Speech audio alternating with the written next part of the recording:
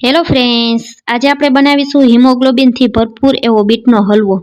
એકવાર જો તમે આ હલવો બનાવીને ચાખી લીધો ને તો આની સામે તમને બાકીના બધા જ હલવા ફીકા લાગશે. તો બીટનો હલવો બનાવવા માટે સૌ પહેલાં 2 કિલો મેં બીટ લઈ લીધા છે. બીટ આ રીતે મીડિયમ સાઇઝના હોય એવા જ બીટ લેવાના છે. આ બીટ ખાવામાં ખૂબ જ સરસ મીઠા હોય છે. બહુ વધારે મોટા હોય એવા બીટનો ઉપયોગ આપણે હલવો બનાવવામાં કરવાનો નથી.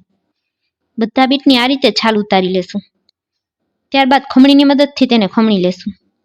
ગાજર અને દૂધીના હલવાની જેમ તમે બીટનો હલવો પણ કુકરમાં બાફીને બનાવી શકો છો, પરંતુ ખમણીને બનાવેલા હલવાનો સ્વાદ બમણો થઈ જાય છે. તો હું આજે હલવાને ખમણીને તૈયાર કરું છું. બધા બીટને આપણે આ રીતે ખમણીને તૈયાર કરી લેશું. ફ્રેન્ડ્સ, મારા ઘરમાં આ હલવો બધાને ખૂબ જ ભાવે છે, તો મેં વધારે પ્રમાણમાં બીટ લીધેલા છે. તમારે જે પ્રમાણે હલવો બનાવવો એ પ્રમાણે બીટને આ રીતે ખમણીને તૈયાર કરી લેવાના.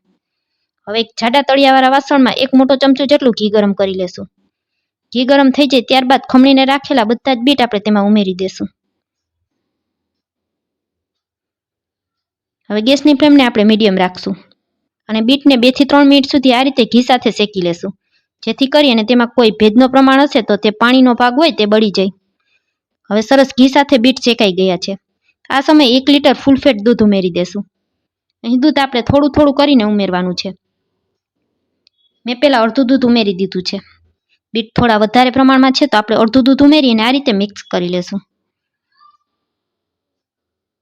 હવે ફરી પાછું વધેલું અડધું દૂધ ઉમેરી દેશું.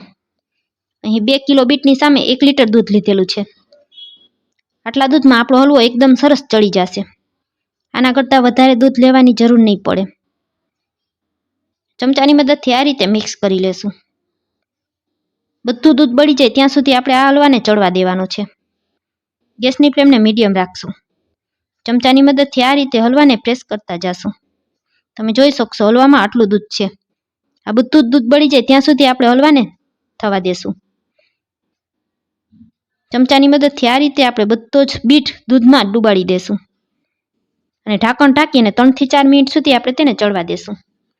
3 થી 4 મિનિટ પછી ઢાંકણ ખોલીને જોઈ લેશું તો બીટનો આ રીતે થોડો એવો કલર બદલાઈ ગયો છે. થોડું એવું બીટ આપણું ચડી ગયું છે અને જેમ જેમ આપણું બીટ ચડશે તેમ તેમ તેમાંથી દૂધ છૂટું પડશે. તમે જોઈ શકશો આ રીતે બધું જ દૂધ છૂટું પડવા લાગશે. ફરી પાછું ઢાંકણ ઢાંકી અને ફરી પાછું આપણે 3 થી 4 મિનિટ સુધી થવા દેશું. ફરી પાછું ઢાંકણ ખોલી અને જોઈ લેશું તો તમે જોઈ શકશો બીટ્સ એકદમ સરસ ચડવા લાગ્યા છે અને તેમાંથી આ રીતે એકદમ સરસ દૂધ છૂટું પડશે. જેમ જેમ બીટ ચડતા જશે તેમ તેમ તેમાંથી દૂધ છૂટું પડતું જશે. હવે બધું જ દૂધ બળી જાય ત્યાં સુધી આપણે ગેસની ફ્લેમને હાઈ કરી દેશું અને ચમચાની મદદથી આ રીતે તેને હલાવતા રહેશું. બીટ એકદમ સરસ ચડી ગયા છે એટલે આપણે ગેસની ફ્લેમને હાઈ કરી દેશું. ત્યાં સુધીમાં એક મિક્સર જારમાં થોડી બદામ અને થોડો કાજુનો કરકરો એવો ભૂકો તૈયાર કરી લેશું. આ રીતે અધકચરો ભૂકો તૈયાર કરી લેવાનો છે. હવે આપણે બીટને પણ જોઈ લેશું. તમે જોઈ શકશો બીટમાંથી થોડું એવું દૂધ બાકી રહ્યું છે અને બીટ એકદમ સરસ ચડી ગયા છે. ચમચાની મદદથી આ રીતે મિક્સ કરી લેશું. હવે અહીં આપણે માવાનો ઉપયોગ કરતા નથી તો ઘરની ફ્રેશ 2 ચમચી જેટલી મલાઈ ઉમેરીશું. ઘરે આપણે દૂધ ગરમ કરી અને ઉપર જે મલાઈ જામેલી હોય તે જ મલાઈ લીધેલી છે. મલાઈ ઉમેરવાથી હલવો એકદમ સરસ માવાદાર તૈયાર થશે. મલાઈ ઉમેરી ફરી પાછું 2 મિનિટ સુધી આ રીતે મિક્સ કરી લેશું. મલાઈમાંથી પણ થોડું એવું દૂધ છૂટું પડશે. બધું દૂધ બળી જાય ત્યાં સુધી આપણે તેને થવા દેશું. ગેસની ફ્લેમને હવે આપણે ફરી પાછી મીડિયમ કરી દેશું. તમે જોઈ શકશો બધું જ દૂધ બળી જવા આવ્યું છે. ચમચાની મદદથી હલવાને સતત હલાવતા રહેવાનું છે, જેથી કરી અને તળિયે હલવો બેસી ના જાય. હવે તમે જોઈ શકશો કે હલવામાંથી બધું જ દૂધ બળી જવા આવ્યું છે.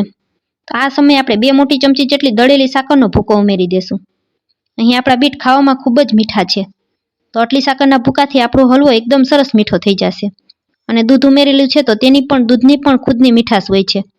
અહીં તમે 2 ચમચી જેટલો દેશી ગોળ પણ લઈ શકો છો, પરંતુ 2 કિલો બીટની સામે મેં 2 ચમચી જેટલી દળેલી સાકર લીધી છે. આટલી સાકર કોઈ પણ જાતનું નુકસાન કરતી નથી. બધી વસ્તુને એકસરખી મિક્સ કરી લેશું અને ત્યારબાદ આપણે દળીને રાખેલો ડ્રાયફ્રૂટ્સનો ભૂકો ઉમેરી દેશું. 2 મોટી ચમચી જેટલું સૂકા કોપરાનું છીણ ઉમેરી દેશું. અહીં કોપરાનું છીણ ખાસ જે બજારમાં તૈયાર મળે છે આ રીતે એકદમ સરસ ઝીણો ભૂકો હોય તે જ લેવાનું છે. તેનો સ્વાદ હલવામાં ખૂબ જ સરસ આવે છે. ઘરનું કોપરું ઉમેરવાનું નથી. જાડા કોપરાનો સ્વાદ હલવામાં જરા પણ સારો નહીં લાગે. તમારી પાસે જો આ ન હોય તો તમે સ્કીપ પણ કરી શકો છો. બધું એક સરખું મિક્સ થઈ જાય એ રીતે હલાવી લેશું. હવે ચમચાની મદદથી આપણે હલવાને આ રીતે સાઈડમાં કરશું તો કડાઈમાં જરા પણ દૂધ નીતળતું નથી. બધો દૂધનો ભાગ બળી ગયો છે. તો હવે ગેસની ફ્લેમને બંધ કરી 1 ચમચી એલચી પાવડર ઉમેરી દેશું. અને ચમચાની મદદથી ફરી પાછું એકવાર આપણે તળિયા સુધી હલવાને મિક્સ કરી લેશું, જેથી કરી બધી વસ્તુ એકસરખી મિક્સ થઈ જાય. હવે ગરમા ગરમ બીટનો હલવો તૈયાર થઈ ગયો છે. તો તેને આપણે ગરમા ગરમ સર્વ કરી લેશું. ફ્રેન્ડ્સ, અત્યારે શિયાળાની સિઝનમાં 2 થી 3 મહિના સુધી બીટ સારા મળે છે. તો બીટનો કોઈને કોઈ રીતે ઉપયોગ કરી લેવો જોઈએ.